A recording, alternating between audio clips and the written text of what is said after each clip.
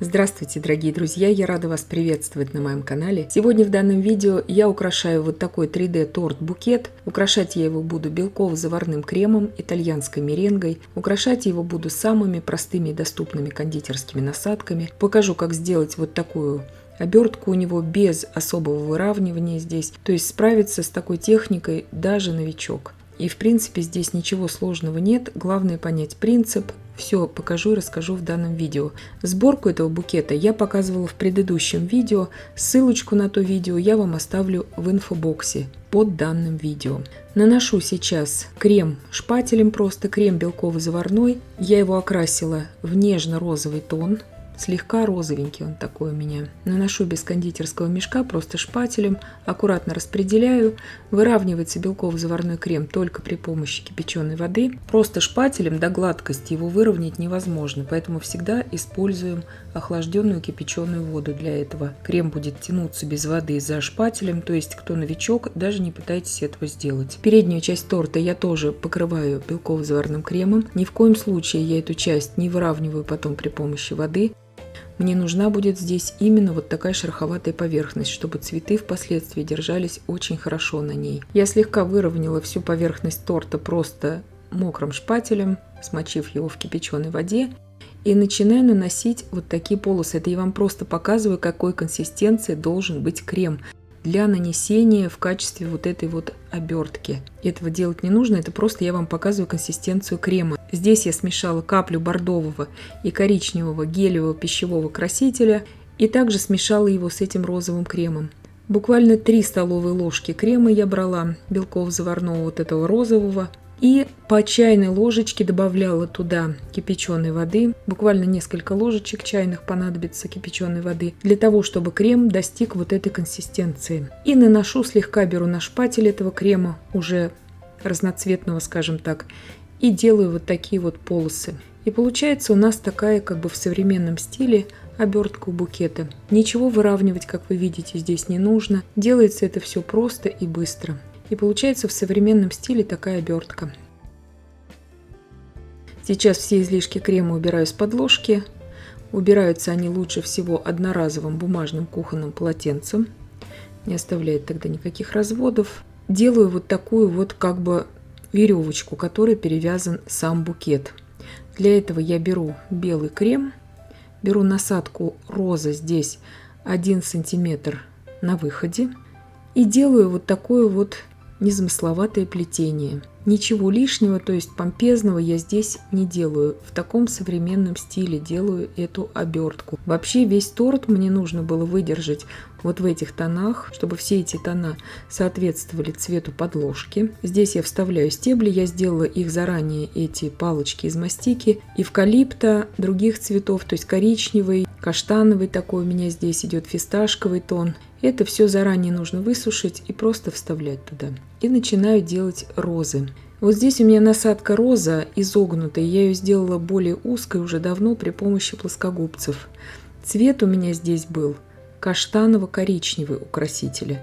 Буквально капелька этого цвета я дотронулась до крема белого и вот таким образом я окрасила гелевым пищевым красителем. Делаю такие обычные розы, достаточно винтажно, чтобы они выглядели, то есть как бы такие уже переспевшие розы, и я делаю в крупных розах по 2 лепестка внахлёст. И все розы в этом букете я делаю вот в таком вот стиле, то есть как будто уже они сейчас начнут осыпаться, эти розы.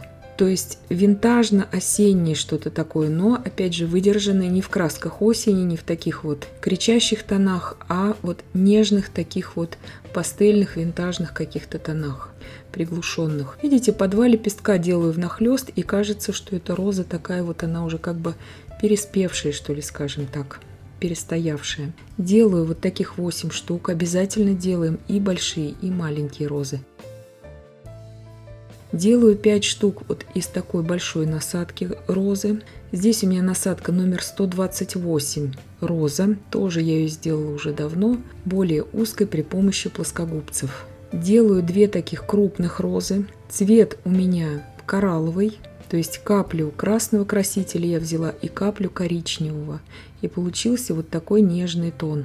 Тоже стараюсь по 2 лепестка внахлёст здесь делать. Просто этой насадкой это смотрится совершенно по-другому. И заметьте, вот эти крупные розы я практически им не делаю основание. То есть я делаю основание, но возвышений такой я им не делаю, иначе они в букете будут просто выпирать и смотреться очень некрасиво. Но крупные розы делаю обязательно, иначе букет будет смотреться таким как бы очень неестественным. Делаю парочку маленьких этих роз, и в принципе вот с этим цветом я уже завершаю. Теперь у меня цвет нежно-розовый такой. То есть я взяла цвет розовый и смешала его слегка с коричневым. И получается вот такой пастельно-розовый тон. Насадка у меня такая же, как и в первых розах. То есть изогнутая роза 2 сантиметра на выходе. Она у меня без номера, я ей очень много лет пользуюсь. И тоже делаю по 2 лепестка внахлёст. И роза получается такой, как бы вот переспевший. Я не знаю, как это правильно назвать, но я думаю, что понятно, что я имею в виду. Смотрится очень эффектно. И в то же время делается элементарно просто и быстро. Таких роз я отсаживаю наибольшее количество. И обязательно отсаживаем здесь и крупные, и мелкие розы. Потому что мелкие розочки обязательно нужны будут в заполнении пустот на любом букете. Я всегда советую делать разнообразие в букете. Потому что когда все они будут одного вида и одного размера, эти розы, они будут смотреться немножко так, как будто их с конвейера выпустили, эти розочки.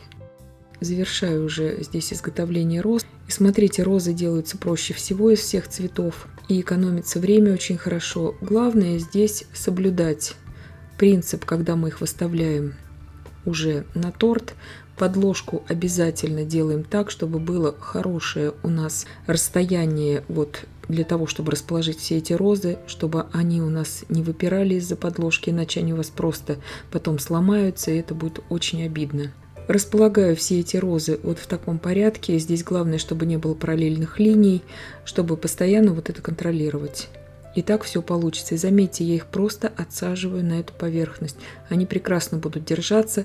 Вот этими веточками гипсофила, пирамидками такими, эти розы еще хорошо зафиксируются. Поверхность здесь у нас, естественно, пологая. Она тоже помогает фиксации этих роз на поверхности. Крем очень липкий, белково-заварной. То есть все эти моменты помогают фиксации роз на поверхности. По бокам обязательно по паре розочек выставляю уже как бы вне этого букета, чтобы они смотрелись более естественно, эти розы. Сейчас из этой же насадки роза я отсаживаю на подложку вот такие вот импровизированные незамысловатые бутоны.